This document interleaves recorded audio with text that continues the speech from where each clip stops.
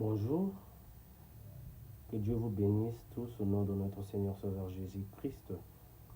Je viens ce matin vous parler d'un thème très merveilleux, qui n'est que l'Église de Dieu. Nous tous nous prions, mais même nous ne savons pas c'est quoi l'Église de Dieu au temps de la grâce.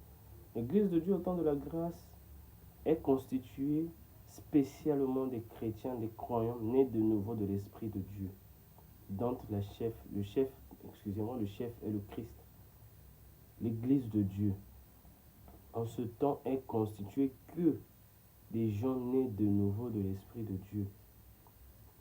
Déjà, lorsqu'il y a 2, 3, 4, 5 personnes qui s'assemblent autour de la parole de Dieu quotidiennement, ils constituent déjà l'Église. L'Église de Dieu n'est pas un édifice, n'est pas des constructions quelque part, non. L'Église de Dieu est le rassemblement des enfants de Dieu, de ceux qui ont l'Esprit de Dieu au-dedans d'eux. Ils constituent l'Église de Dieu. C'est ça l'Église de Dieu à notre temps et à notre époque. Dont la tête est le Christ. Vous voyez, c'est ça l'Église de Dieu. Parce que les gens confondent.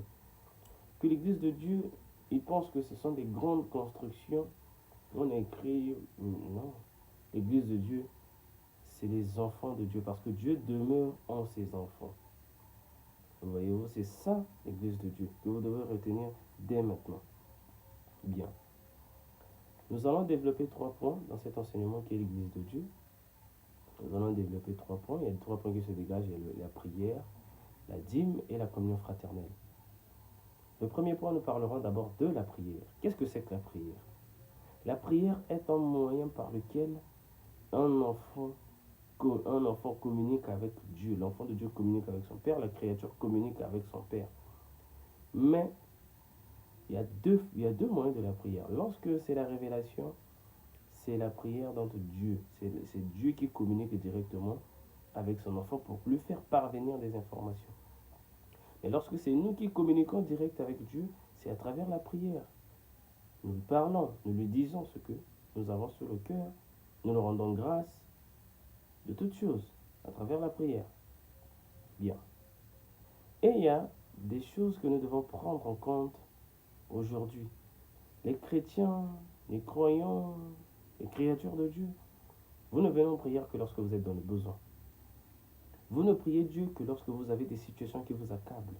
Moi, je connais certaines personnes aujourd'hui. C'est juste qu'aujourd'hui, ils prient, c'est parce qu'ils n'ont pas trouvé réponse à leur solution. On ne vient pas à Dieu parce qu'on a besoin de trouver des réponses. On vient à Dieu parce qu'on sait que c'est lui la source, l'auteur de notre vie. C'est lui, notre Père, l'éternel Dieu. C'est lui, le Créateur, l'entité spirituelle le plus élevée. Après lui, il n'y a personne. Voilà pourquoi nous devons venir à Dieu. Nous venons à Dieu pour ça, pas pour autre chose. Si tu viens à Dieu pour la maladie seulement, si tu viens à Dieu pour le travail seulement, si tu viens à Dieu pour le mariage seulement, si tu viens à Dieu pour l'argent seulement, pas pour ses affaires, pas parce que tu reconnais que j'ai un Père, que je dois le prier, que je dois venir pour qu'il m'instruise à marcher comme il veut que je marche. Là, il sait que tu viens d'abord pour lui, pour qu'il t'instruise, pour qu'il te forme, pour qu'il te forge, pour qu'il te montre comment vivre sur cette vie. Dans cette vie, pardon. Tu verras que non, il fera des bonnes choses pour toi. Il te donnera la guérison, il te donnera le mariage, il te donnera le travail, il te donnera tout ce que toi, tu ne l'as pas encore demandé. Mais si tu viens pour le mariage, si tu viens pour le travail, si tu viens pour la femme, si tu viens pour les hommes, si tu viens pour l'argent, si tu viens pour... Il ne te donnera rien de toutes ces choses tant qu'il ne t'est pas encore formé.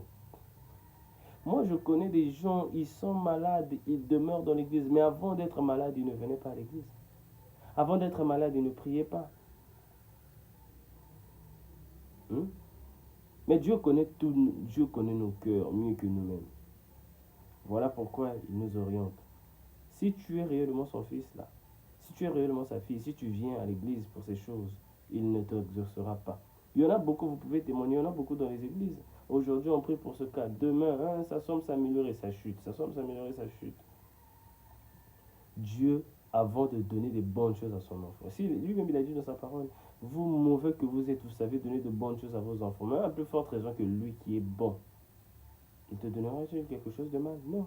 Lui donne des choses en temps convenu, en temps voulu, mais il veut que vous le reconnaissiez d'abord en tant que Dieu.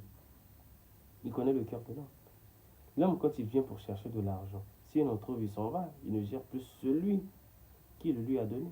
Il n'a plus le temps à lui consacrer, c'est le travail qui l'occupe. C'est le mariage qui le prend la tête.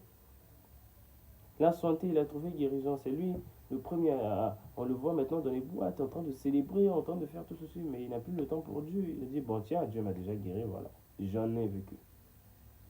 Et j'en vis même en ce moment. Les gens que j'ai priés, voilà, mais quand ils ont trouvé la guérison, ils ne prient plus. Ils oublient même de lire la Bible. Ils oublient tout ça. Ils oublient.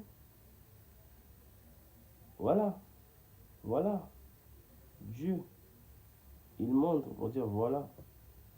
Voilà. Voilà ce que l'homme cherche. Lorsque je le lui donne, il fuit. Mais je dois le transformer, je dois le forger. Parce que je dois lui donner quelque chose. Il doit venir à moi sincèrement, pas pour ça. Parce que ce n'est rien pour Dieu. En un claquement, en un clin d'œil, en un claquement de doigts, il te résout tout, il te donne tout. Mais avant de te donner là, tu dois venir à lui en étant conscient, en étant humble. Pas parce que je suis dans le besoin que je dois venir à Dieu. Pas parce que je dois prier seulement, non. Il y a des gens aujourd'hui, si leur vie de prière est accélérée jusqu'à aujourd'hui, mais ils ne sont pas exaucés, c'est parce qu'ils sont venus seulement pour un but.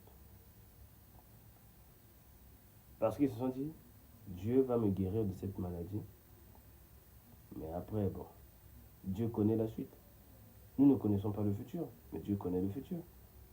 Si tu viens que pour ta maladie,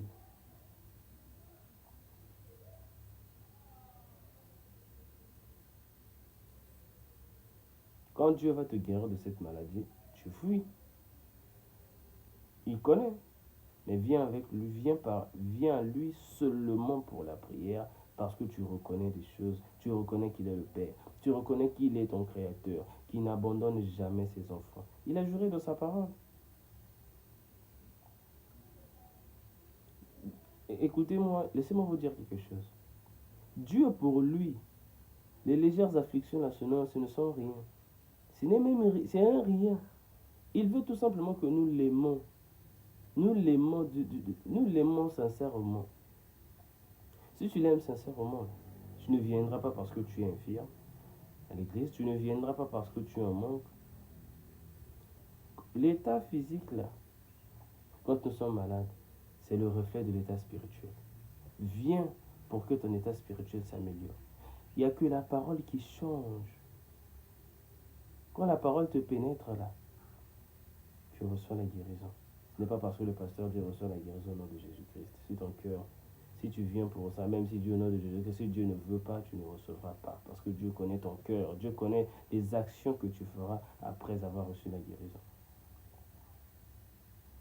Dieu nous demande de prier sans cesse, de rendre grâce à Dieu, de rendre continuellement grâce à Dieu par des prières. Mais toi, tu rends grâce à Dieu continuellement par quoi? Tu ne le rends pas grâce, tu lui demandes. Mais avant, tu ne lui rendais pas grâce. Rends-le grâce. 1 Thessaloniciens 5, 17, Dieu priait sans cesse. 1 Thessaloniciens 5, 18, il nous dit, rendez continuellement grâce à Dieu. Toi, tu ne rends pas grâce continuellement. Toi, tu cherches juste à trouver la guérison, à trouver le travail, à trouver le mari, à trouver la femme et tout ça là. Et puis partir. Sarah, malgré son âge avancé, bah, il est resté, non? Il a attendu. Mais il priait aussi. Et il aimait Dieu sincèrement. Voilà pourquoi il a été exaucé. Mais vous venez en prière. Mais avant cela, vous n'aimez pas Dieu. Ouvrez vos cœurs.